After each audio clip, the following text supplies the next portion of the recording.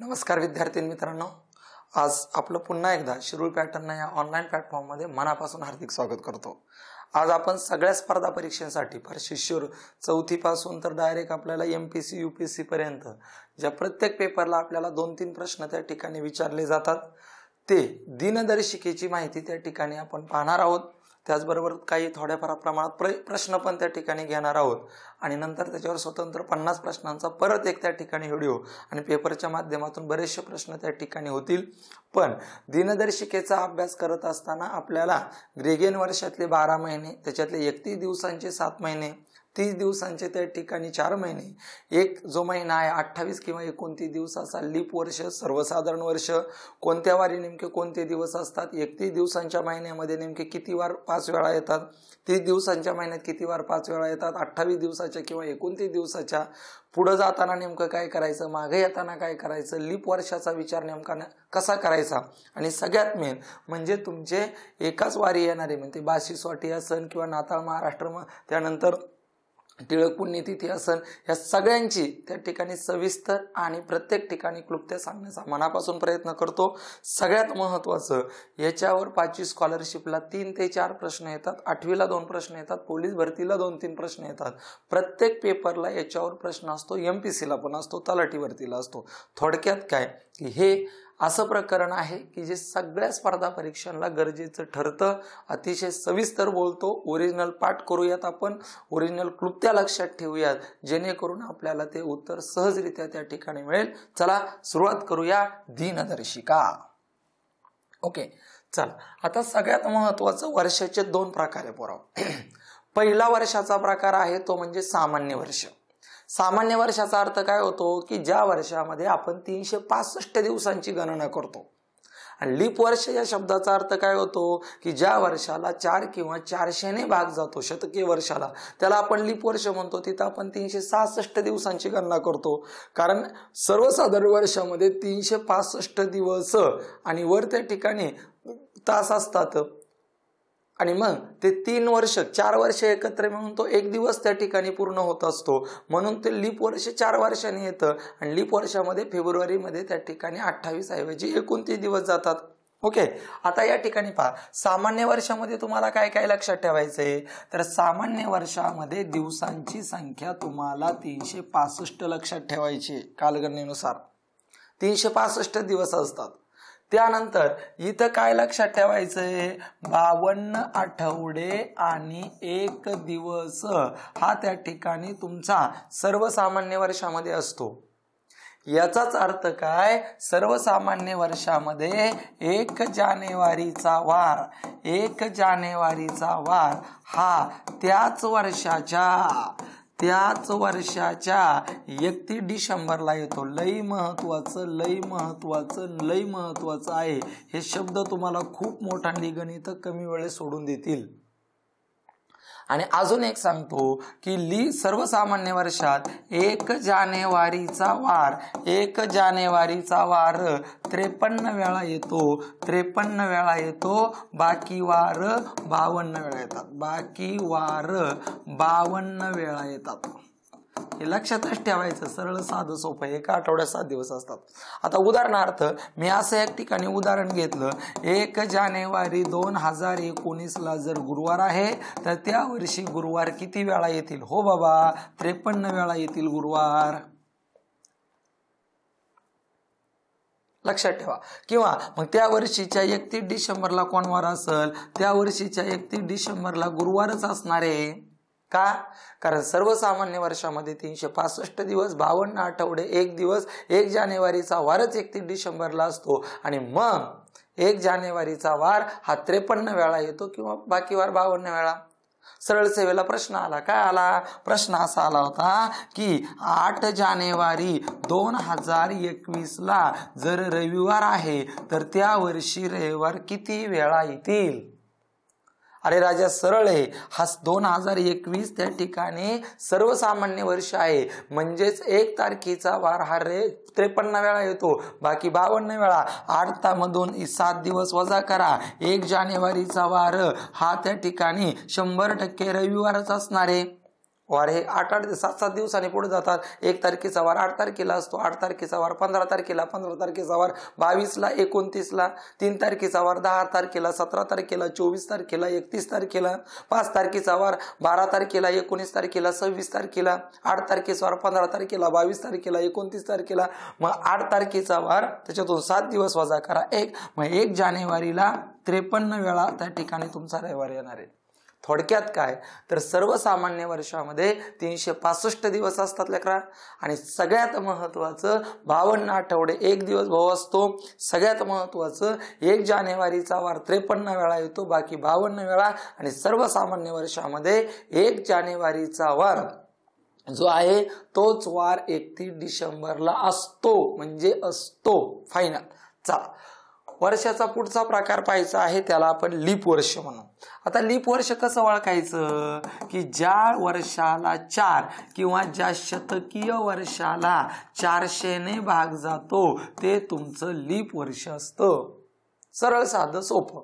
आता सर मग तुम्हाला 4ची कसोटी माहित पाहिजे. पहा, या ठिकाणी 1912 शिकवलेली कसोटी, ज्या संख्येच्या एकक व दशक स्थानच्या संख्येला 4ने गेला पाहिजे, म्हणजे हा जो अंक धरून संख्या आहे ना ती 4च्या पाड्यात पाहिजे. 4 1 4 4 2 8 4 3 12. हो, लीप वर्ष आहे. इथं 2020 लीप वर्ष आहे का? हो. 4 5 20 लीप वर्ष आहे. 2022 लीप वर्ष आहे का? पाहू. 4च्या पाड्यात 22 आहे का? 4 7 24 4 5 20 नाही, लीप वर्ष नाही. इथं 2000 त्या ठिकाणी 36 लीप वर्ष आहे का? पाहू. 4 1 4 9 चौक 36. हो, लीप वर्ष आहे. 1972 लीप वर्ष आहे का? पाहू. 4 1 4 4 1 4 4 8 32 18 चौक 72 लीप वर्ष आहे. 1998 लीप वर्ष आहे का? पाहू. 4 1 4 4 2 8 1 उरला 18 झाला, 4च्या पाड्यात 18 नाही, लीप वर्ष नाही. आता हे झालं पूर्ण वर्षाचं. पण जर तुमचं शतकीय वर्ष आलं, शतकीय वर्ष म्हणजे या ठिकाणी 1900, इथं तुम्ही 4ची कसोटी लावून 4ने भाग जाईल, 4ने भाग जातो, कारण 4ची अजून एक कसोटी एकक व दशक स्थानी 0 पाहिजे. पण शतकीय वर्ष 1100 1200 1300 3200 3400 2000 असे जर शतकीय वर्ष आलं तर त्याला 400ने भाग द्यायचा. आणि मग 0 गेला 0 गेला 0 गेला, 4च्या पाड्यात 19 नाही, म्हणजे हे लीप वर्ष नाही. मग या ठिकाणी सर 1600 लीप वर्ष आहे का? मग 4ने देऊ का? 400 हे शतकीय आहे, मग लगेच तू 400ने भाग द्यायचा. 0 0 0 4 चौक 16. हो, हे त्या ठिकाणी लीप वर्ष आहे. ओके, फसवलेले लय वेळा. आणि मग कितीतरी वेळा प्रश्न आलाय खालीलपैकी लीप वर्ष कोणते नाही. मग या ठिकाणी तुमचं 1600 आलंय, 2400 आलंय, त्याच्यानंतर 1900 आलंय, 1800 दिलं होतं, आणि त्या ठिकाणी 2800 दिलं होतं. बाबा 1800 लीप वर्ष नाहीच आहे, कारण 400ने भाग दिला, 4 चौक 16 4 6 चौक 24 4 7 28 हे सगळे लीप वर्ष आहेत, ते लीप वर्ष नाहीये. आणि म्हणून उदाहरण सांगायचं म्हटलं तर किती पण सांगू शकतो आपण. 1996 1992 1988 2000, त्याच्यानंतर इथं त्या ठिकाणी 1600, त्यानंतर इथं त्या ठिकाणी सगळ्यात महत्वाचं 1200 800 400 2400, त्यानंतर 2004 2008 2012 2016 2020 2024 2028 2032 2000 त्या ठिकाणी 36 2040 2044 2048 2052 2056. किती इकडं तुम्हाला अजून यायचं असेल तर 1984, त्याच्यानंतर तुमचं 1980 1976 1972 1968 ही सगळी तुमचे लीपच वर्ष आहेत. आणि मग लीप वर्षाचा विचार केला तर 366 दिवस असतात, याचाच अर्थ 52 आठवडे आणि 2 दिवस असतो. याचाच अर्थ 1 व 2 जानेवारीचा वार, 2 जानेवारीचा वार 53 वेळा येतो व बाकी वार बाकी वार 52 वेळा येतात. हे महत्वाचं आहे, गरजेचं आहे. आणि 1 व 2 जानेवारीचे वार 53 वेळा येतात, 53 वेळा येतात. झालेच वर. आणि सगळ्यात महत्वाचं 1 जानेवारीचा वाराच्या पुढे 1 दिवस 31 डिसेंबरचा वार असतो. 31 डिसेंबरचा वार असतो. 5वीच्या स्कॉलरशिपला प्रश्न विचारला होता. काय विचारला होता? 1 जानेवारी 2016ला जर गुरुवार असेल तर 2017चा त्या ठिकाणी मराठी भाषा दिवस कधी आहे? दिनविश्वेश्वरवर मी महत्वाचं बोलणारच आहे. आणि मग या ठिकाणी पहा, 1 जानेवारीचा उदाहरणार्थ पुढल्या वर्षी 1 जानेवारी 2024ला समजा मी म्हणले 1 जानेवारी 2024ला समजा यदा कदाचित माझ्या माहितीप्रमाणे मंगळवार असेल. मग त्याच 31 डिसेंबरला म्हणजे 2024 लीप वर्ष आहे ना, मग 31 डिसेंबर 2024ला मंगळवार नसेल तर काय असेल बरं? बुधवार असेल. लक्षात ठेवा, लीप वर्ष येते. आणि म्हणून हे गरजेचं. शतकीय वर्ष आल्यानंतर कसं ओळखायचं, सर्वसामान्य वर्ष आल्यानंतर त्या ठिकाणी कसं ओळखायचं, आणि त्याच्यापेक्षाही महत्वाचं लीप वर्षामध्ये 366 दिवस, 52 आठवडे आणि त्या ठिकाणी एक्स्ट्रा 2 दिवस आहे. म्हणून 1 आणि 2 जानेवारीचे वार हे त्या ठिकाणी 53 वेळा येतात आणि बाकी वार 52 वेळा. आणि लीप वर्षामध्ये 1 व 2 तारखेचा वार 53 वेळा येतो, बाकी वार 52 वेळा येतात. सर कसं काय हे 2 उरलं? तर एका आठवड्यात 7 दिवस असतात. 7 5 35, बाकी उरली 1, करून घेतला 16, 7 2 14, बाकी उरली 2. बघ ना, 52 आठवडे आणि 2 दिवस उरले. म्हणजे 1 आणि 2 तारखेचे वार 53 वेळा येणारे, बाकी 52 वेळा येणारे. ओके, महत्वाचं. चला पुढं. आता पहा, 31 दिवसांच्या महिन्यात, 30 दिवसांच्या महिन्यात, 29 दिवसांच्या महिन्यात आणि 28 दिवसांच्या महिन्यात गोळे काय असतं पोरा माहितीये का? 31 दिवसांच्या महिन्यामध्ये 1 तारीख, 2 तारीख, 3 तारखेचे वार हे 5 वेळा येतात. येतो प्रश्न याच्यावर, येतात. व बाकी वार 4च वेळा येतात, 4 वेळा येतात. महत्वाचं आहे. आता तुम्हाला साहजिकच प्रश्न विचारला जाईल काय की एका वर्षीचा प्रजासत्ताक दिवस जर गुरुवारी असेल तर त्या महिन्यांमध्ये गुरुवार किती, खालीलपैकी कोणता वार त्या ठिकाणी 53 वेळा नाही. मग आता 26 जानेवारीला प्रजासत्ताक दिवस आहे, गुरुवारी आहे.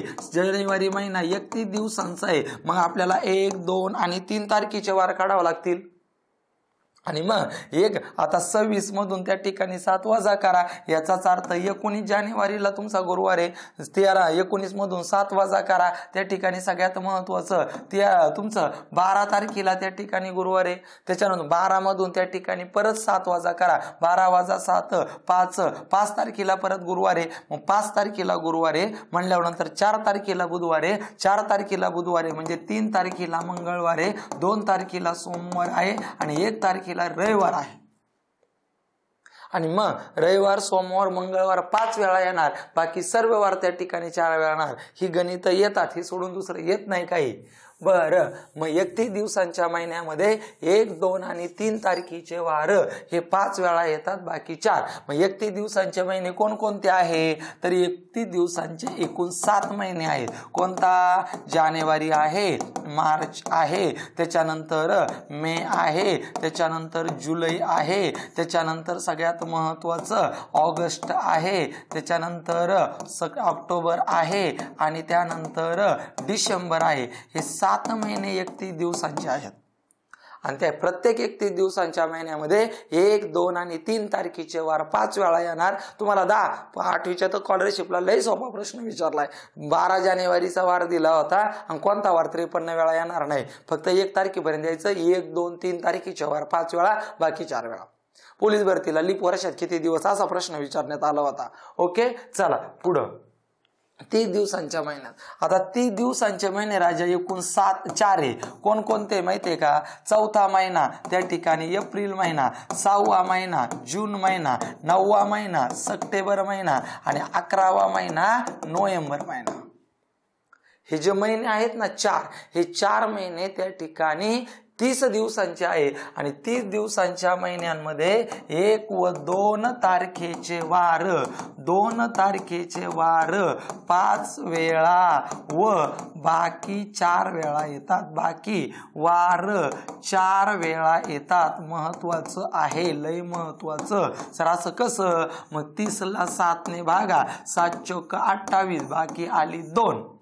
म्हणजे 30 दिवसांच्या महिन्यात 4 आठवड्याने एक्स्ट्रा 2 दिवस असतात. मग ते कुठं आले 2 दिवस? तर 1 आणि 2 तारखेचे वार 2 म्हणजे 5 वेळा येतात. ओके, चला पुढं.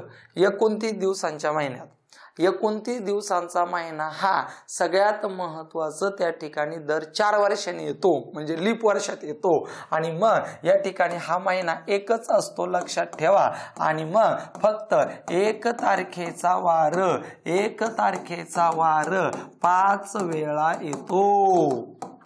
बाकी वार 4 वेळा येतात. मग कसं काय सर? बघा ना, 29 ला 7 ने भागा, 7 चौक 28, बाकी उरली 1. म्हणजे 1 तारखेचा वार 5 वेळा, बाकी सर्व वार 4 वेळा. लीप वर्ष एकच महिना असतो, म्हणजे 29 दिवसांचा. ओके, चला पुढं. 28 दिवसांच्या महिन्यात फेब्रुवारीच्या सर्वसामान्य वर्षामध्ये 28 दिवसांचा दुसरा महिना आहे, म्हणजे सर्वसामान्य वर्षातच येतो. आणि एकही वार 5 वेळा न येता सर्व वार 4 वेळा येतात. एकही वार 5 वेळा येत नाही, सर्व वार. बघा ना, तुम्ही 28 ला मस्तपैकी 7 ने भागा, 7 चौक 28, बाकी आली 0. 4 आठवडे आणि 0 दिवस म्हणजे सगळे वार. आता उदाहरणार्थ या ठिकाणी मी जर म्हटलं, काय म्हटलं तर 1 फेब्रुवारी 2007 ला गुरुवार आहे, तर त्या महिन्यामध्ये त्या ठिकाणी 5 वेळा येणारे वार कोणते? तुम्ही सरळ म्हणायचं 2007 सर्वसामान्य वर्ष आहे. सर्वसामान्य वर्षामध्ये फेब्रुवारी महिन्यात 28 दिवस असतात. 28 दिवसांच्या महिन्यात एकही वार 5 वेळा येत नाही, म्हणजेच वरीलपैकी एकही नाही, असं तुमचं उत्तर लिहायचं. ओके, चला पुढं आहे एकाच वारी येणारे दिवस. पहा, लक्षात ठेवा, एकाच वारी येणारे दिवस लय महत्वाचं आहे. पाठांतर पाहिजे, बुद्धिमत्तेमध्ये वेगळं पद ओळखा, गणितामध्ये हे जर पाठांतर असेल तर आपले उत्तर लवकर सुटतात. उदाहरणार्थ पहा बरं का, सगळ्यात महत्वाचं महाराष्ट्र दिन 1 मे 1960 ला महाराष्ट्राची स्थापना झाली. 1 मे महाराष्ट्र दिन. त्यानंतर गांधी जयंती त्याच दिवशी भारताचे दुसरे पंतप्रधान लाल बहादूर शास्त्री जयंती आहे, ती म्हणजे 2 ऑक्टोबर. आणि नाताळ जो 25 डिसेंबरला साजरा केला जातो, त्याच दिवशी सुशासन दिवस, अटल बिहारी वाजपेयी यांचा जन्मदिवस. तुम्ही कोणत्याही वर्षात जा, हे जे 1 मे 2 ऑक्टोबर आणि 25 डिसेंबर हे दादा तुझे एकाच वारी येतात. विशेष नाही, काही करतो एकाच वारी येणार आहे म्हणजे आहे. नाताळ 25 डिसेंबर, त्याच्यानंतर महाराष्ट्र दिन 1 मे आणि गांधी जयंती आणि लाल बहादूर शास्त्री पुण्यतिथी हे एकाच वारी येतात. जयंतीचे त्यांची पण ही एकाच वारी येतात. 1 मे 2 ऑक्टोबर 25 डिसेंबर. बुद्धिमत्तेत वेगळं पद ओळखा. तुम्हाला असं त्याच्यात एखादा टाकला जाईल स्वातंत्र्य दिन, मग त्यांनी स्वातंत्र्य दिन उत्तर लिहायचं. त्याचं कारण आहे ते स्वातंत्र्य दिन यांच्या ह्याच्यात नसतो वारात. तुम्ही लीप वर्षात जा, तुम्ही सर्वसाधारण वर्षात जा भाऊ, तुला हे वार हे दिवस एकाच वारी येणार आहे. अजून पुढे सांगतो, बाल दिन 14 नोव्हेंबर पंडित जवाहरलाल नेहरू यांचा जन्मदिवस बाल दिन. शिक्षक दिन याचाच अर्थ 5 सप्टेंबर. भारताचे पहिले उपराष्ट्रपती दुसरे राष्ट्रपती डॉक्टर सर्वपल्ली राधाकृष्णन यांचा जन्मदिवस. स्वातंत्र्य दिन 15 ऑगस्ट. आणि टिळक पुण्यतिथी, टिळकांचा मृत्यू झाला, पुण्यतिथी 1 ऑगस्ट 1920 ला. बाशी स्वाटी हे लक्षात ठेवा. आणि तुम्ही कोणत्याही वर्षात जा, हे एकाच वारी येतात. जर बाल दिवस गुरुवारी आला असेल तर तुझी टिळक पुण्यतिथी पण गुरुवारी आहे, स्वातंत्र्य दिन गुरुवारी आहे आणि शिक्षक दिवस सुद्धा गुरुवारी आहे. शिक्षक हे शिक्षण नाही, 5वीला शिक्षण दिवस विचारतात जो 11 नोव्हेंबर आहे. शिक्षक दिवस 5 सप्टेंबर आहे. आणि अजून पुढे जाऊन सांगतो, हे जर समजा मंगळवारी असतील, नाताळ, महाराष्ट्र दिन, लालबहादूर शास्त्री जयंती, गांधी जयंती, ते हे 100% बुधवारी असतात. एकच वार आहे. कोणत्याही वर्षात जा, लीप वर्षात जा, सर्वसाधारण वर्षात जा, एक दिवस पुढे असतात कोणते इकडले याच्यापेक्षा, आणि हे माग असतात एक दिवस. मी दिलं मग एका वर्षीचा महाराष्ट्र दिवस जर मंगळवारी आहे तर त्या वर्षीचा बाल दिवस कधी? बुधवारी. गणित नको सोडू.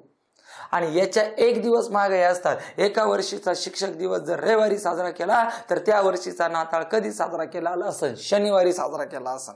किती सोपं आहे बघा. आणि 100 गणित जर आली तर 60 ते 70 गणित या क्लुप्तीवर आहेत बघा.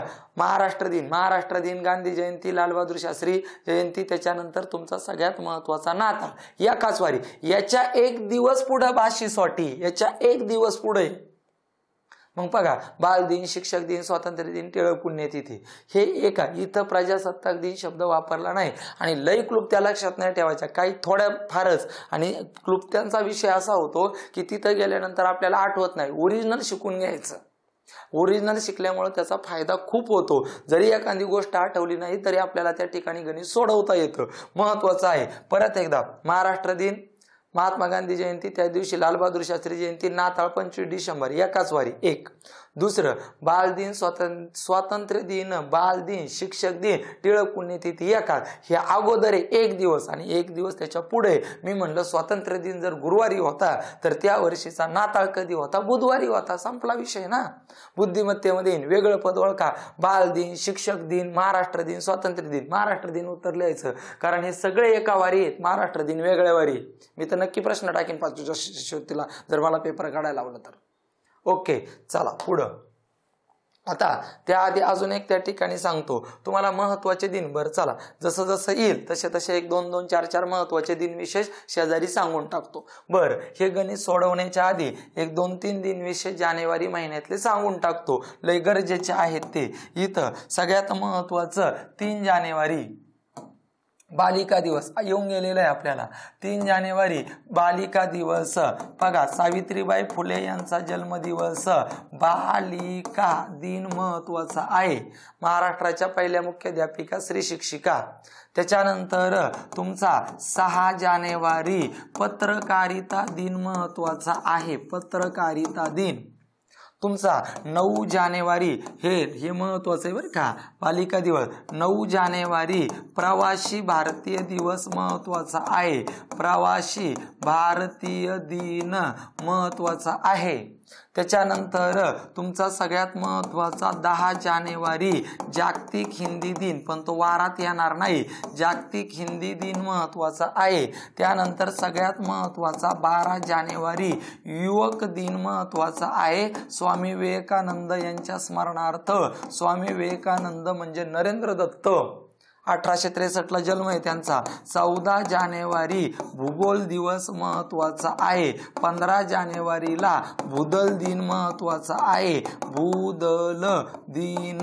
त्याच्यानंतर तुमचा सगळ्यात महत्वाचा 23 जानेवारीला पराक्रम दिन महत्वाचा आहे. सुभाषचंद्र बोस यांचा जन्मदिवस आहे पराक्रम दिन.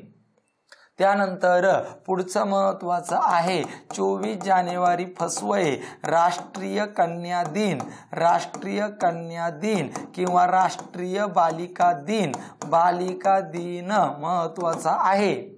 ज्या दिवशी इंदिरा गांधी भारताच्या पहिल्या महिला पंतप्रधान झाल्या 24 जानेवारी 1966. त्यानंतर 25 जानेवारी राष्ट्रीय मतदार दिन. मतदानासाठी वय त्या ठिकाणी 18 वर्ष. मतदार दिन 25 जानेवारी 1950ला केंद्रीय निर्वाचन आयोगाची स्थापना झाली म्हणून. 26 जानेवारी प्रजासत्ताक दिवस. प्रजासत्ताक दिन साजरा करतात. आणि 30 26 जानेवारीला हुतात्मा दिन साजरा करतात. महात्मा गांधींची हत्या नथुराम गोडसे आणि विनायक आपटेंनी केली. त्याच दिवशी जागतिक कुष्ठरोग दिवस साजरा करतात. यापैकी सगळ्यात महत्त्वाचं 3 जानेवारी प्रजासत्ताक दिवस, 12 जानेवारी हे आपल्याला गरजेचे आहेत. लेटेस्ट जर बोललं तर सुभाषचंद्र बोसांचा पराक्रम दिन महत्त्वाचा आहे. ओके, या इथं आता आपल्याला प्रश्न काय विचारलाय पहा. जर शिक्षक दिवस मंगळवारी असेल तर त्या वर्षीची गांधी जयंती कधी असेल? मी आताच सांगितलं होतं. काय काय सांगितलं होतं? बाल दिन, त्याच्यानंतर भाषी शिक्षक दिन, शिक्षक भाषी स्वातंत्र्य दिन आणि टिळक पुण्यतिथी हे एकाच वारी येतात. आणि मग त्यापैकी तुम्हाला शिक्षक दिवस दिलेला आहे मंगळवार. ओके, आणि मग मी काय सांगितलं होतं? त्याच्या आधी सगळ्यात महत्वाचं महाराष्ट्र दिन, त्याच्यानंतर गांधी जयंती, लालबहादूर शास्त्री जयंती 2 ऑक्टोबर आणि नाताळ 25 डिसेंबर. मग हे जर मंगळवारी असेल तर याच्यातून एक वजा करा, म्हणजे 100% गांधी जयंती सोमवारीच येणार. विषय नाही काय, यावं लागेल सोमवारी तिला. वार जर तू मोजून काढले तरी पण. आणि मग जर त्या ठिकाणी तुला याच्यामध्ये बघा बरं का, 3 जानेवारी बालिका दिवस, 5वी शिष्यवृत्तीला बालिका दिवस घेतलं तर 3 जानेवारी घ्यायचं. आणि जर राष्ट्रीय बालिका दिवस विचारलं तर त्या ठिकाणी सगळ्यात महत्वाचं तुमचं 24 जानेवारी त्या ठिकाणी घ्यायचं. लक्षात ठेवा, इथं भाषी स्वाटी एकाच वारी, त्याच्या मागे एक महाराष्ट्र दिन, नाताळ आणि त्या ठिकाणी गांधी जयंती आहे. ओके, चला पुढे जायचंय. बालिका दिनानंतर किती दिवसांनी प्रजासत्ताक दिवस येतो? 5वीच्या स्कॉलरशिपला आलेला प्रश्न आहे हा. आता मी इथं फेब्रुवारी महिन्याचे काही दिन विशेष सांगतो जे गरजेचे आहेत. मगाशी मी जानेवारी महिन्याचे सांगितले. फेब्रुवारी महिन्यामध्ये काय काय महत्वाचं आहे समजून घ्या. महत्वाचा विषय आहे. फेब्रुवारी महिन्यामध्ये 2-3 महत्वाचे आहेत. महत्वाचे ते सांगतो. त्यामध्ये सगळ्यात महत्वाचं 27 फेब्रुवारी 5वीला आलेलं 27 फेब्रुवारी मराठी भाषा दिन. मराठी भाषा दिन साजरा केला जातो. कोणाच्या स्मरणार्थ? कुसुमाग्रज.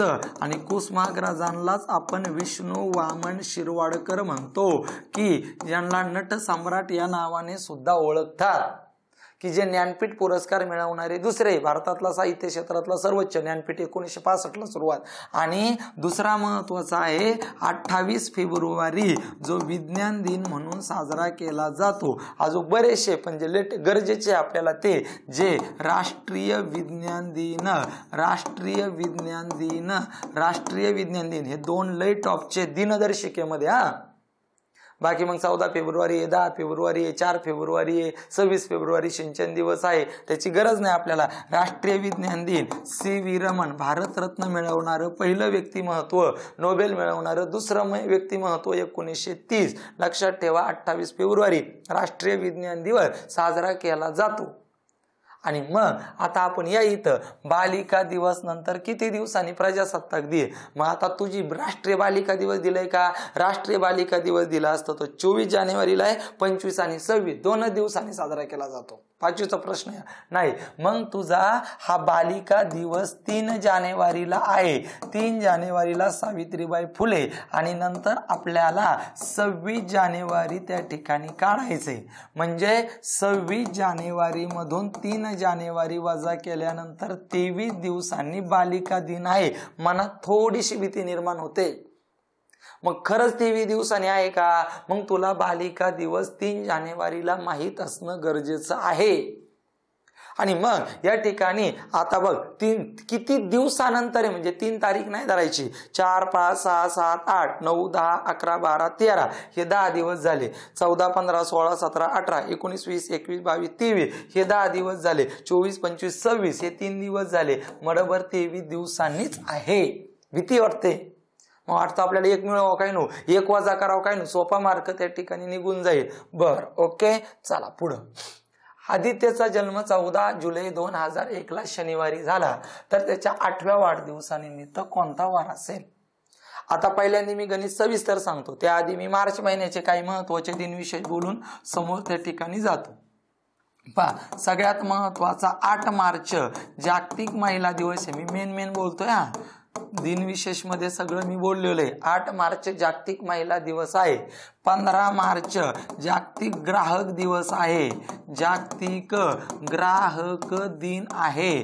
त्याच्यानंतर 20 मार्च त्या ठिकाणी जागतिक चिमणी दिन आहे. त्याच्यानंतर 21 मार्च जागतिक वन दिन आहे, वन दिन.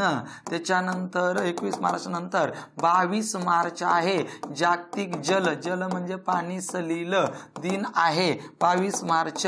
23 मार्च त्या ठिकाणी जागतिक हवामान दिन आहे, हवामान दिन. त्याच्यानंतर 24 मार्च जागतिक क्षयरोग दिन आहे, क्षयरोग दिन. 26 मार्चला बांगलादेश मुक्ती संग्राम दिन आहे, गरज नाही, पण दिन विशेष मध्ये हे महत्वाचं आहे.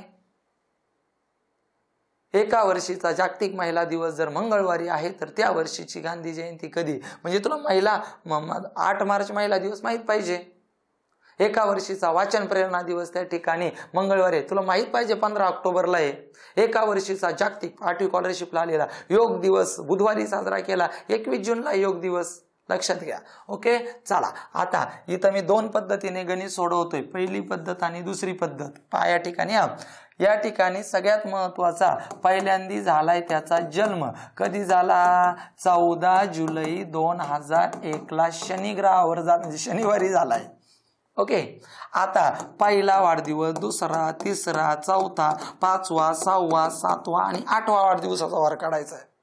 लक्षात घ्या, जन्म वार म्हणजे वाढदिवस जो आपण बर्थडे म्हणतो की तो त्या ठिकाणी आता इथून आजकाल तर महिन्यालाच वाढदिवस साजरा करतात, पण आपल्याला गणिताला वर्षाचे वाढदिवस विचारलेले आहेत. मग इथं बघा फक्त त्याच दिवशी म्हणजे 14ला जन्मलाय म्हणल्यावर 14 तारखेलाच त्याच महिने म्हणजे जुलैला महिन्याला जे जन्मलाय म्हणून जुलै, फक्त वर्ष वेगळं असणार आहे. याचाच अर्थ त्याचा पहिला वाढदिवस 2002, दुसरा वाढदिवस 2003, नंतर 2004, नंतर 2005, नंतर 2006, 2007, 2008, 2009. 2009ला तो 8वा वाढदिवस घालून शांत होईल. आणि मग बघा बरं का, आता वाढदिवस साजरा करताना सर्वसामान्य वर्ष आलं का एकच वार पुढे जायचं, आणि लीप वर्ष आलं का 2 वार पुढे जायचं आहे ते. पण कधी कधी लीप वर्ष येऊन सुद्धा 2 वार पुढे जावा नाही लागत. त्याचं कारण आहे की दिलेली तारीख ही 29 फेब्रुवारीला क्रॉस जर झाली तरच 2 वार पुढे जायचं, अन्यथा नाही. ते जरा शांत डोकं ठेवा. 28 फेब्रुवारी पर्यंत आलं तरी एकच वार पुढे जायचं. 29 झाली किंवा 29 आली किंवा 29 फेब्रुवारी क्रॉस झाली तरच 2 वार पुढे जायचं. चला आता 2001 पासून 2002 पर्यंत दोन्ही लीप वर्ष नाही, म्हणजेच एकाच वाराने पुढे जाणारे पहिला वाढदिवस रविवारी साजरा झाला. चला 2002 ते 2003 लीप वर्ष नाहीचे, त्या ठिकाणी एकाच वाराने पुढे गेला सोमवार. आता 2003 बघा बरं का, 14 जुलै 2003 ते 14 जुलै, आता मी या ठिकाणी जेवढे लीप वर्ष आहे ना त्याला स्टार करून ठेवतो लक्षात येण्यासाठी. आता 2003 पासून 2004 पर्यंत जाताना लीप वर्ष आले आणि 2004च्या 29 फेब्रुवारीला क्रॉस करूनच जुलै महिन्यात जावं लागतंय. म्हणजे तिसरा वाढदिवस त्याचा मंगळवारी नाही येणार, तर त्याचा वाढदिवस कधी येणार आहे, बुधवारी. सविस्तर नंतर क्लुप्ती. बर चला, 2004 पासून 2005 एकाच वाराने पुढे जाणारे सर्वसाधारण, परत एकाच वाराने पुढे जाणारे सर्वसाधारण, परत एकाच वाराने पुढे जाणारे सर्वसाधारण आणि थांबू. आता बघा 14 जुलै 2007 पासून 14 जुलै 2008, 2008 लीप वर्ष आहे, 2004 लीप वर्ष आहे. इथं 2 वारांनी पुढे जावं लागेल, कारण 14 जुलै 2008ला जाताना तुझ्या लीप 2004च्या 29 फेब्रुवारीला 8च्या क्रॉस करावं लागतंय. म्हणजे 2 वारांनी पुढे जाणारे सोमवार आणि इथं काय घ्यायचं बरं तुझं, मंगळवार. 8वा वाढदिवस मंगळवारी येणार आहे जर तुला सोडवायचं असेल तर, नाही तर मुश्किल तुझ दिवस आखेन मग 7ने भागशील मग कुठं ना करशील, नाही जमणार दादा. आता बघा इथं आता एकदम साधी क्लुप्ती सांगतो. कितवा वाढदिवस विचारलाय त्याचा, 8वा ते 8. मग त्याचा जन्म 2011ला झालेला, 2001ला झालाय. मग त्याचा 8वा वाढदिवस कधी साजरा होईल, तर 2001 मध्ये 8 मिळव. म्हणजे 2009ला साजरा होईल. मग आता बघा 2001 पासून हे 8 तर लिहायचं, तर पुढली कृत्या 2001 पासून 2009 पर्यंत किती लीप वर्ष आहे? 2. मग कोणकोणते? 2004 आणि 2008 हे 2 धरायचे. सगळे मिळून झाले 10 आणि 10ला मस्तपैकी 7ने भागायचं. 7 1 7, बाकी उरली 3. बाकी 3 उरली ना, मग शनिवारच्या पुढे 3 दिवस जायचं. शनिवार नाही धरायचा. रविवार, सोमवार, मंगळवार. एका सेकंदात तुझं उत्तर आलं. मंगळवार. बघ मंगळवार आहे. अतिशय सोपं आहे. सरावाने ते पूर्ण होतं. तुला 12वा वाढदिवस विचारला, 12 घे. समजा मी म्हटलं 2013ला जन्म झाला, 12वा वाढदिवस कोणत्यावर? मग अरे याच्यात 12वा वाढदिवस तुला 2025ला साजरा होणार आहे, ते 12 घे. त्याच्यात लीप वर्ष कोणकोणते? 16, 20 आणि 24 हे 3 लीप वर्ष घे. दिवस झाले 15, त्याला 7ने भाग. 7 2 14, बाकी उरली 1 आणि मग 1 वर पुढं जा. सोपं आहे. सरावाने ते होऊन जाईल. चला पुढं. 2016ची नाताळची सुट्टी रविवारी होती, म्हणजे 25 डिसेंबर. तर 2017 साली महाराष्ट्र दिन कधी असेल? सोडूया, काय प्रॉब्लेम नाही. आता या ठिकाणी पहा, सगळ्यात महत्वाचं की तुम्हाला काय सांगितलंय, नाताळ तुम्हाला माहित पाहिजे. 25 डिसेंबरला आहे नाताळ 2016चा आणि आपल्याला 2017चा महाराष्ट्र दिनाचा वार विचारलाय. विचारू दे ना, काय प्रॉब्लेम नाही. अरे सरळ साधं सोपं आहे. तुम्ही मोजून जाऊ शकता किंवा तुम्ही शांत डोक्याने बुद्धी सुद्धा वापरू शकता, म्हणजे क्लुप्ती सुद्धा वापरू शकता. मी या ठिकाणी आता क्लुप्तीचाच वापर करतो. पहा बरं का गंमत. आता गंमत नीट ऐका. पहा आपलं ठरलंय काय काय, तर ठरलंय असं की गांधी जयंती कोणत्याही वर्षीच्या, गांधी जयंती, महाराष्ट्र दिन म्हणजे गांधी जयंती, लालबहादूर शास्त्री जयंती आणि नाताळ कोणत्याही कोणत्याही वर्षीचा ते कधी असतात रे? एकाच वारी असतात. राईट, याच्याबद्दल तर काय वादच नाही. ओके. आता त्यांनी काय सांगितलं आहे, 2016चा विषय दिला. देऊन द्या ना, कोणत्याही वर्षी माझा शब्द आहे, मग लीप असो किंवा सर्वसाधारण. आता नाताळची रविवारी सुट्टी सुरू झालेली आहे. मग त्या वर्षीचा महाराष्ट्र दिन पण रविवारी असं, गांधी जयंती, लालबहादूर शास्त्री पण रविवारी. याच्याबद्दल काहीच वाद नाही. ओ सर, पण आपण रविवार नाही लिहू शकत, कारण आपल्याला 2017चा महाराष्ट्र दिन विचारलाय. हो ना, माहिती आहे मला, 2017चाच विचारलाय. आता पहा बरं का, मग आता मला सांगा महाराष्ट्र दिन 2016चा कधी आहे? रविवारी ना. 1 मेला 2016ला रविवारी साजरा केला. आता काय करायचंय पोरांनो, समजून घ्या की तुम्हाला 2017चा महाराष्ट्र दिन काढायचा आहे. 2017चा महाराष्ट्र राज्य दिन, स्थापना दिन काढायचा आहे. मग सर कसा? आता 2016 तर लीप वर्ष आहे. मग 2016 लीप वर्षातून 2017ला जाताना मग सर मी 2 वारांनी पुढे जाईन. नाही बाबा, तुला 1 मे 2016 पासून 1 मे 2017ला जाताना तुला जरी 2016 लीप वर्ष असलं तरी फेब्रुवारी 29 तारीख मानण्याची गरजच नाही पडली ना. तू एकच वार पुढे जा. म्हणजेच त्या ठिकाणी तुझा सगळ्यात महत्वाचा 2017चा महाराष्ट्र दिन हा सोमवारीच असेल. त्यात नाताळ पण सोमवारी असन, 2017चा गांधी जयंती सोमवारी असन, लालबहादूर शास्त्री पण सोमवारी असेल. नाहीतर तुम्हाला दिवस मोजावे लागतील आणि मग दिवस मोजून तुमचा त्या ठिकाणी, मग दिवसस्थानी पण त्या ठिकाणी गणित सोडून घेऊया. हे आपण पहा कसं गणित सोडवणार तुम्ही. मग इथं डिसेंबरचे आपल्याला दिवस, नंतर जानेवारी, नंतर आपल्याला फेब्रुवारी, नंतर मार्च, नंतर एप्रिल आणि नंतर मे. 1 तारखेचा वार विचारलाय. एप्रिलचे 30 दिवस, मार्चचे 31, फेब्रुवारीचे 28 कारण 2017, जानेवारीचे 31. आता तुम्हाला 25 डिसेंबर 2016 दिलाय. 25 तारीख नाही धरायची. 26, 27, 28, 29, 30, 31 हे 6 दिवस झाले. आणि मग याची बेरीज करा. 1 2 10 10 16 17 हात 1 3 आणि 3 6 9 9 3 12 127ला त्या ठिकाणी 7ने भागा. 7 1 7 5 7 8 56. बाकी उरली 1. जेवढी बाकी उरली तेवढी रविवार मध्ये मिळवा. रविवार अधिक 1 बरोबर त्यांचं काय झालं बरं? सोमवार. एवढं करण्यापेक्षा थोडीशी फक्त शांत डोकं ठेवायचं, काम करायचं. ओके.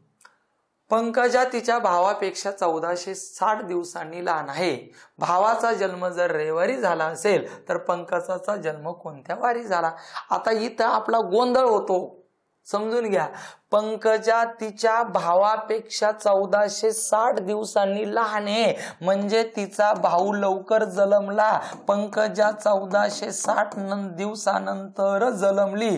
लहान ही आहे पंकजा, मोठा हा आहे तिचा भाऊ. लक्षात ठेवा 1460 दिवसाचा फरक आहे, म्हणजे जवळजवळ 4-4.5 वर्षाचा फरक आहे. ही लहान आहे, ही लवकर कोण जन्मला? भाऊ. 2008ला जन्मला असेल तर ही जवळजवळ 2011-12ला जन्मली असेल. आणि मग तिच्या भावाचा जन्म कधी दिलाय? रविवारी दिलाय. तर पंकजाचा वार काढायचा आहे. मग राजा तुला 1460ला 7 ने भागायचं. मग 7 दुणे 14, त्या ठिकाणी 0 वरून इथं डायरेक्ट भाग गेला म्हणून इथं 0 घ्यायचा. बरं, नाही काही गरज नाही 0 घ्यायची. बरं, इथं 0 वरून घेतला 7 म्हणजे 60च घेतला डायरेक्ट. बरं, इथं 7 8 56 म्हणल्या बाकी किती उरली? 4.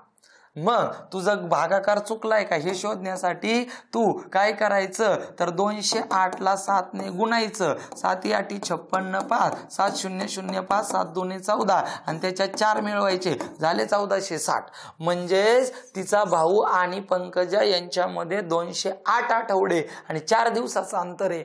मग ही पुढं जाणार ना, पुढं जायचंय. मग रविवार मध्ये 4 दिवस मिळवा.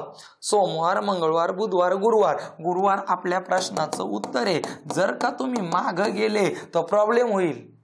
पहिल्यांदा भाऊ आहे, जर त्यांनी आता असं दिलं असतं ना पंकजाचा जन्म गुरुवारी झाला तर तिचा भावाचा, हीच पद्धत, फक्त गुरुवारच्या मागे 4 दिवस जायचं. बुधवार, मंगळवार, सोमवार, रविवार परत आला असता. इथं कोण मोठं याला 2-3 सेकंद जास्तीचे घालवा. ओके, पुढं. एका लीप वर्षाची सुरुवात रविवारी झाली असल्यास 15 मे पासून 18 दिवस सुट्टीवर असणारा संतोष कोणत्या वारी कामावर हजर झाला? पहा बरं का, एका लीप वर्षाचे म्हणजे कोणतंही लीप वर्ष घे ना, मी घेतो 2012 हे लीप वर्ष आहे. आता लीप वर्षाची सुरुवात रविवारी झाली, म्हणजेच 1 जानेवारी 2012ला 100% कोणवार धरला? रविवार. सर तुम्ही 2012 धरणारे कोण? तू कोणतंही लीप वर्ष धरा, काहीच वाद नाही बाबा. रविवारी झाल्या. 15 मे पासून 18 दिवस सुट्टीवर असणारा संतोष कोणत्या वारी कामावर होईल? अरे बाबा, पहिल्यांदा तो कामावर कोणत्या हजर होईल? 15 मे ला सुट्टी सुरू झालेली आहे आणि 18 दिवसाची सुट्टी आहे. 15 मे ला सुट्टी आहे म्हणजे 15 तारखेची सुट्टी आहे. 15, 16, 17, 18, 19, 20, 21 मे, 22 मे, 23 मे, 24 मे, 25 मे, 26 मे, 27 मे, 28 मे, 29 मे, 30 मे, 31 मे म्हणजे मे महिन्यातले तुझे 17 दिवसाची सुट्टी. का? कारण मे महिन्यात 31 दिवस असतात. 15 तारखेपासून सुट्टी चालू झाली म्हणजे 14 दिवस वजा कर. 31 मधून 14 गेल्यावर 17च राहतात, पण सुट्टी 18 दिवसांची ना, 18 दिवसांची सुट्टी आहे. मग या ठिकाणी तुझा जूनचा 1 तारखेला पण सुट्टीचे, म्हणजेच त्याची 18 दिवसाची सुट्टी पूर्ण झालेली आहे. याचाच अर्थ तो 2 जूनला कामावर हजर होणार आहे. तो कधी हजर होणार आहे कामावर? 2 जूनला हजर होणार आहे. नीट समजून घ्या इथं. मग आपल्याला पोराओ काय करायचंय तर आपल्याला काम करायचंय 1 जानेवारी 2012 रविवार पासून तर आपल्याला त्या वर्षीच्या 2 जून 2012चा वार काढायचा आहे. कामावर हजर होईल. तो कामावर 1 जूनला नाही हजर होणार राजा हो, तो 2 जूनला. 1 जूनला त्याची सुट्टी 18 दिवसाची पूर्ण होणार आहे. ओके, आणि मग आता आपल्याला या ठिकाणी सगळ्यात महत्वाचं वार काढायचे आहेत. मग पहा बरं का, इथं 2 जूनचा वार काढावा लागेल. जानेवारी, फेब्रुवारी, मार्च, एप्रिल, मे आणि जूनची 2 तारीख. 31, इथं 30, इथं 31, इथं लीप वर्ष म्हणल्या 29. त्यांनी त्यासाठी तर दिलंय सगळं. बरं, चला जानेवारी मध्ये तुला 1 जानेवारीची तारीख धरायचीच नाही, ठरलंय आपलं. वाराचं गणित दिल्यावर एकतर दिलेली धारा किंवा विचारलेली धारा, दोन्हीपैकी एक धारा. मग आपण इथं विचारलेले तर धरलेलंच आहे, दिलेलं नाही धरलं म्हणजे 30च दिवस धरावं लागेल.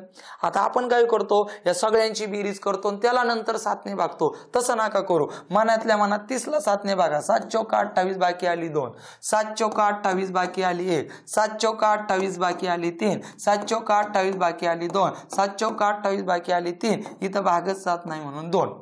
आणि मग 2 3 5 5 आणि 5 10 10 3 13 दिवस आले. आणि मग राजा 13ला 7 ने भागा, 7 1 7 बाकी आली 5. म्हणजेच तुझ्या रविवारच्या पुढं 5 दिवस जा. रविवारच्या पुढं 5 दिवस जा. मग नसल जायचं तर रविवारच्या मागं 2 दिवस जा, शनिवार शुक्रवार, नाही तर 5 दिवस पुढे जा, सोमवार मंगळवार बुधवार गुरुवार आणि शुक्रवार. तुझ्या प्रश्नाचं उत्तर एकदम फसवा असं शुक्रवार आहे. शांत डोकं. इथं त्याची सुट्टी 15 इथं कधी झाली? 15 मेला सुरू झालेली आहे. लक्षात घ्या, 15 मेला सुरू झाली. या शब्दाचा अर्थ आहे 15 मे आहे म्हणजे तो 14 मे पर्यंत कामावर होता, म्हणजे 31 दिवसांचा आहे. 14 वजा करा, त्याने 17 दिवस मे मध्ये सुट्टी घेतली. 1 जूनला पण सुट्टीवर होता, म्हणजे 18 दिवस झाले. तो 2 जूनला कामावर हजर झाला. लीप वर्ष घाईमध्ये इथं तुला 29च घ्यावं लागेल. शब्दाची सुरुवातच तिथं आहे. लक्षात घ्या. ओके, पुढं 13 जानेवारी 2008 रोजी रविवार होता, तर त्या वर्षात कोणता वार 53 वेळा आला? पहा इथं समजून घ्या.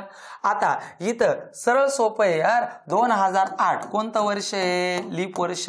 लीप वर्षामध्ये 366 दिवस म्हणजेच 52 आठवडे 2 दिवस. याचाच अर्थ 1 व 2 जानेवारीचे वार सरळ साधे सोपे 53 वेळा आहे ना.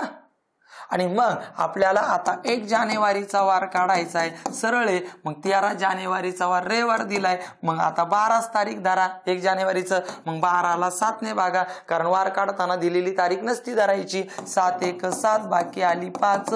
रविवारच्या माग 5 दिवस चला, कारण आपल्याला माग यायचंय, पुढं नाही जायचं, माग यायचंय. आणि मग रविवार नका धरू म्हणजे शनिवार शुक्रवार गुरुवार गुरुवार शनिवार, त्याच्यानंतर शुक्रवार, नंतर त्या ठिकाणी गुरुवार बुधवार आणि त्या ठिकाणी मंगळवार. 1 जानेवारीला साहजिकच मंगळवार असणार आहे. 1 जानेवारीला मंगळवार झाला, साहजिकच 2 जानेवारीला बुधवार झाला, 2 जानेवारीला बुधवार झालेला आहे. आणि मग तुला विचारलाय 53 वेळा येणार आहे. 2 उत्तर आहेत, मंगळवार आणि त्या ठिकाणी बुधवार. 2 उत्तर लिहायची आहेत, 2 बुधवार आणि मंगळवार. अटी शिष्यवृत्तीचा प्रश्न येतो. ओके, पुढं सवितापेक्षा वनिता 732 दिवसांनी मोठी आहे. सविताच्या जन्मवार रविवार असेल तर वनिताचा. परत इथं फसवय. कोण मी माझ्या भावापेक्षा लहान आहे, भाऊ आधी जन्मलाय, मी नंतर जन्मलोय. मी माझ्या भावापेक्षा मोठा आहे, मी लवकर जन्मलोय, माझा भाऊ लहान आहे, समजून घ्या, नंतर जन्मलाय. सवितापेक्षा वनिता 730 दिवसांनी मोठी आहे. राजा भाऊ वनिताने पहिल्यांदा पृथ्वी पाहिली, नंतर 732 दिवसांनी सविताने पृथ्वी पाहिलेली, म्हणजे जन्म घेतलेला आहे. म्हणजे ही अग्रज आहे, ही अनुज आहे. अग्रज म्हणजे पहिल्यांदा जन्मलेली, अनुज म्हणजे नंतर जन्मलेली.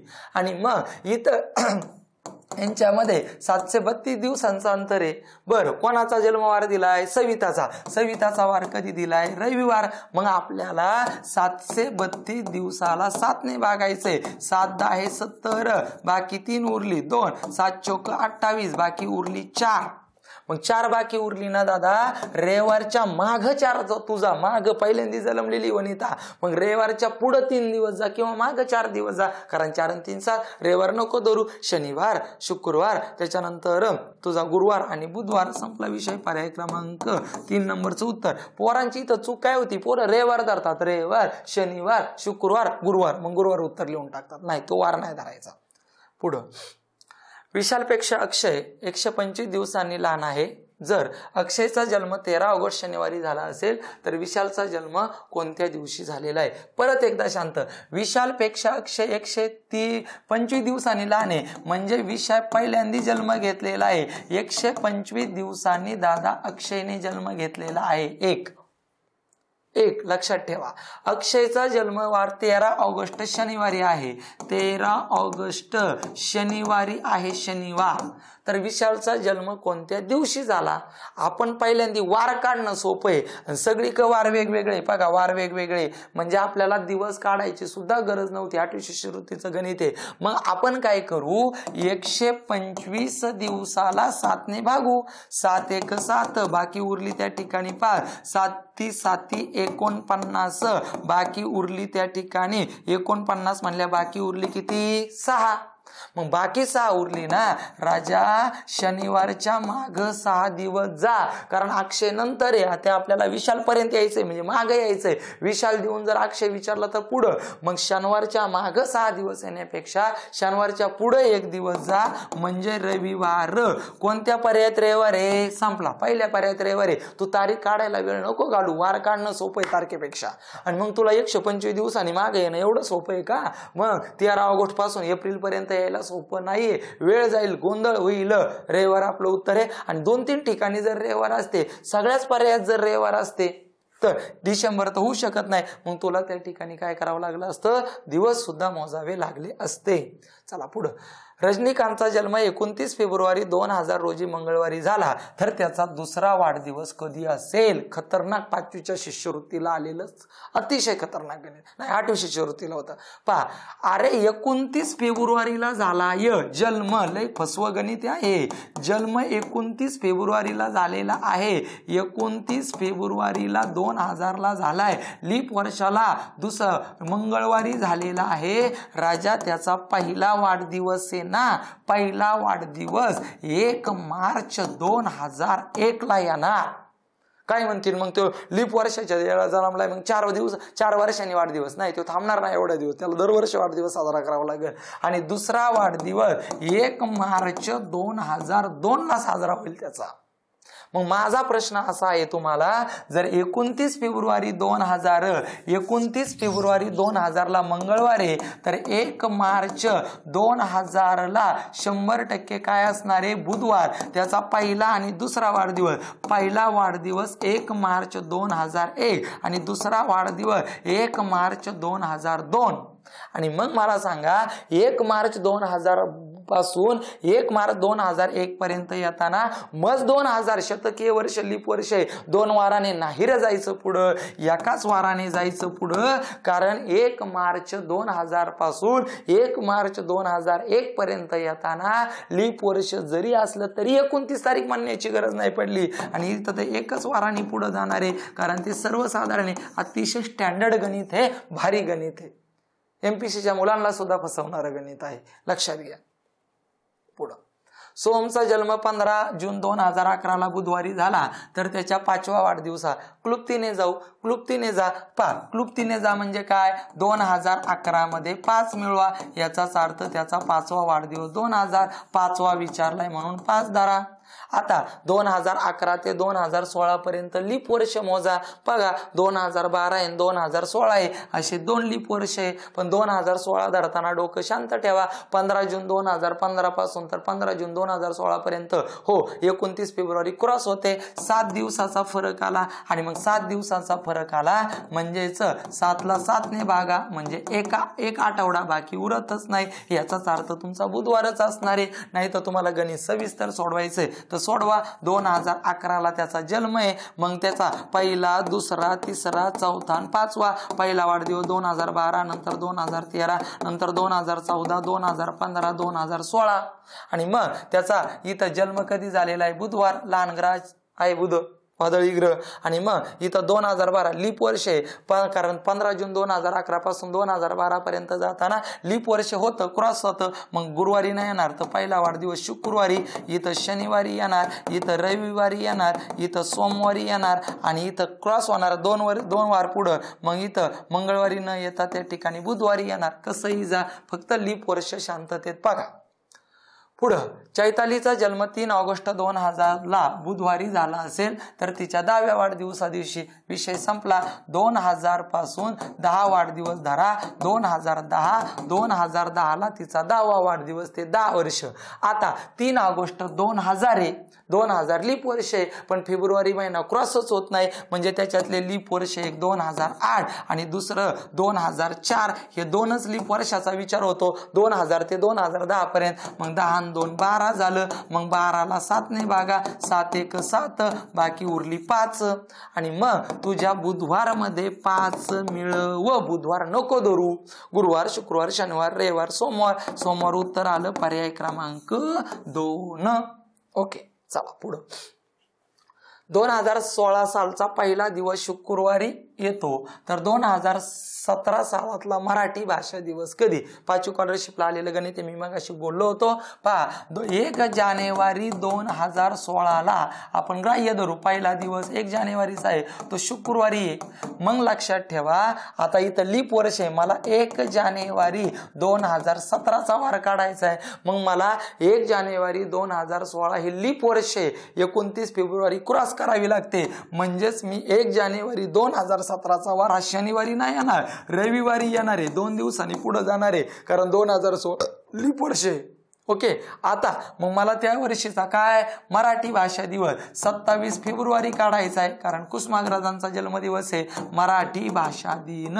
मग आता कसं काढायचं आहे तर या ठिकाणी समजून घ्या की आता जानेवारीचे दिवस मोजायचे ना आपल्याला फेब्रुवारीचे दिवस मोजायचे. 1 जानेवारीची तारीख धरायचीच नाही, तिथं 30च धरा आणि मराठी भाषा दिवस 27 तारखेला आहे, 27 धरा आणि मग याची बेरीज 57 दिवस आली. मस्तपैकी तू 57ला 7ने भाग, 7 8 56 बाकी आली 1. तू रविवार मध्ये 1 दिवस मिळव म्हणजे तुमचं उत्तर सोमवार होणार आहे. ह्या शुक्रवार मध्ये नको मिळू, तो 2016चा आहे. 1 जानेवारी 2000 सुरुवात 2016ची शुक्रवाराने झाली म्हणजे लीप वर्ष आहे, म्हणजे 2017ची सुरुवात ही 2 वारांनी पुढे म्हणजे रविवारी. मग आता 1 तारीख नाही धरायची, जानेवारीचे 30, फेब्रुवारीचे 27, 57 1 बाकी उरली, 1ने पुढे जा. पुढं 5 जानेवारीला मंगळवार आहे तर त्या महिन्यात कोणता वार 5 वेळा येईल? किती सोपा प्रश्न आला स्कॉलरशिपला.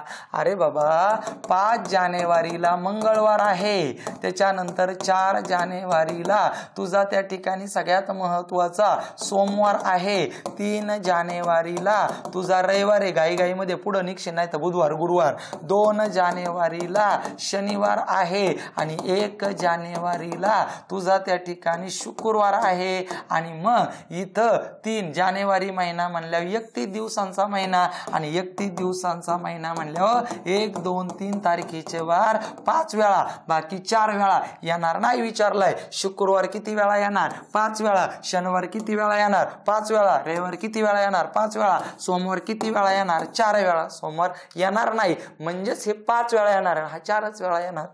ओके. पुढं रोशनी दररोज पाव लिटर दूध विकत घेते. पहा म्हणजे 250 मिली प्रति लिटर 50 रुपये या दराने तिने ऑगस्ट महिन्याचे दुधाचं बिल किती? अरे राजा ऑगस्ट महिन्यामध्ये दादा 31 दिवस असतात, 31 आणि ती दररोज पाव लिटर दूध घेते म्हणजे 250 मिली दूध घेते. लक्षात घे. मग त्याचं गुणाकार कर. 0 ले 25 1 25 8 2 25 3 75 2 77 7750 मिली. याचं लिटर मध्ये रूपांतर कर. 7 लिटर 750 मिली. यालाच आपण 7.5 लिटर या शब्दाने ओळखू. 7.5 लिटर. 1 लिटर मध्ये 1000 मिली असतात आणि मग दुधाचा भाव प्रति लिटर किती रुपये आहे? 50 आहे. म्हणजेच काय करा 7.5 ला 50 ने गुणा. इथं 0 लिहून टाका. हा 5 5 25 2 5 7 35 2 37 हातच्याले 3 7 5 35 3 38 दशांशानंतर 2 घर. दुधाचं बिल 387 पॉइंट त्या ठिकाणी 50 पैसे तयार झालं ऑगस्ट मध्ये. अरे इथं मिलीत नका टेन्शन नका घेऊ, त्रास नका करून घेऊ. मिली उत्तर मिली मध्ये आलं. मग 1 मिलीचं 7750 मिली म्हणजे 8.5 मिली म्हणजे 8.5 त्या ठिकाणी लिटर. मग 8.5 लिटर झालं, त्याला 50 ने गुणा. ओके चला पुढं. नेत्रालीने सप्टेंबर महिन्यात पहिले 15 दिवस 2.5 लिटर दूध घेतले. पहिले लक्षात द्या सप्टेंबर महिना 30 दिवसांचा आहे, 15 दिवस 2.5 लिटर दूध घेतलंय. नंतर उरलेले दिवस तिने 1.5 लिटर दूध घेतलं. 1.5 लिटर उरलेले म्हणजे 15 दिवस घेतलं. आता दुधाचा भाव प्रति लिटर 52 आहे तर दुधासाठी किती खर्च? मग याचा गुणाकार आणि याचा गुणाकार करा म्हणजे आपल्याला दूध भेटेल. एकूण दूध किती घेतलं? 15 5 75 8 7 15 2 30 37 दशांशानंतर 1 घट. पहिल्या 15 दिवसात 2.5 लिटर प्रमाणे तिने 37.5 लिटर घेतलं. 15चा वर्ग 225 याचाच अर्थ दशांशानंतर 1 घट. शेवटच्या 15 दिवसात तिने 1.5 लिटर प्रमाणे 22.5 लिटर दूध घेतलं. 37.5 लिटर आणि 22.5 लिटर यांची जर बेरीज केली तर त्या ठिकाणी 10 इथं 60 लिटर झालं. आता दुधाचं बिल त्याला दूधवाल्याला द्यायचंय. प्रति भाव 52 रुपये लिटर आहे. 60 लिटर झालं. 0 घ्या. 6 2 12 6 5 30 1 31 3120 रुपये दुधाचं बिल झालं. ओके, चला पुढं. जुलीने 2021 मला वाटतं 8वीचं गणित आहे, 12 मे ते 26 जून पर्यंत कालावधीत मनी बँकमध्ये रोज 10 रुपयाप्रमाणे जमा केलेली रक्कम आणि त्यात मामाने वाढदिवसाला 100 व बाबांनी केकसाठी दिलेले 240 रुपये घालून सर्व रक्कम मुख्यमंत्री सहाय्यता निधीसाठी दिली तर एकूण किती रक्कम दिली? बघा, तिने 12 मेला पण 10 रुपये चालू केले, ते 26 जून पर्यंत तिने 10 रुपये टाकले. मग जून त्याच्यानंतर मे त्याच्यानंतर जून, आपल्याला दिवस मोजायचे. लक्षात घ्या, सगळ्यात महत्वाचं. आता मेचे दिवस, मे मध्ये 31 दिवस आहे. 31 मधून 12 तारखेला तिने मुख्यमंत्री म्हणजे 10 रुपये बचत केली, म्हणजे 11 दिवस वजा करा, म्हणजे इथं 20 दिवस राहिले. मे मध्ये 20 दिवस आहे राजा तुझे, समजून घे. मेच्या तिने काय केलंय की सगळ्यात महत्व इथं सगळ्यात महत्व 20 दिवस बचत केली. कारण तिने काय केलेलं आहे, 12 मेला सुद्धा बचत केली. 31 दिवसांचा महिना, 11 तारीख वजा कर, म्हणजे 12, 13, 14, 15 असे 20 दिवस. आणि जून मध्ये तिने 26 जून पर्यंत 10 रुपये बचत केली. एकूण 46 दिवस बचत केली. प्रत्येक दिवशी तिने त्या ठिकाणी 10 रुपये बचत केली. तिची स्वतःची बचत 460 रुपये झाली. त्यात मामाने तिला 100 रुपये दिले, म्हणजे 460 मध्ये मामाने दिलेले 100 आणि तिला केकसाठी बाबांनी दिलेले 240. ही सगळी रक्कम तिने काही खर्च न करता त्या ठिकाणी सगळ्यात महत्वाचं मुख्यमंत्री सहाय्यता निधीला दिली. म्हणजे किती रुपये दिले? 800. संपलं. ओके, अशा पद्धतीने दिनदर्शिका, लीप वर्ष, सर्वसामान्य वर्ष, 31, 30, 28, 29 दिवसांचे महिने, शतकीय वर्ष, वार कसं पुढं मागं जायचं, या सगळ्या गोष्टींवर आपण आज त्या ठिकाणी चर्चा केलेली आहे. प्रश्नपत्रिकेच्या माध्यमातून परत एकदा 20-25 प्रश्नांचा जबरदस्त असा व्हिडिओ त्या ठिकाणी घेऊन येईन. मी ज्या क्लुप्त्या तुम्हाला सांगितल्या त्या पाठ करा, तरच तुम्हाला ते उदाहरणं त्या ठिकाणी सुटतील. थांबूया. धन्यवाद.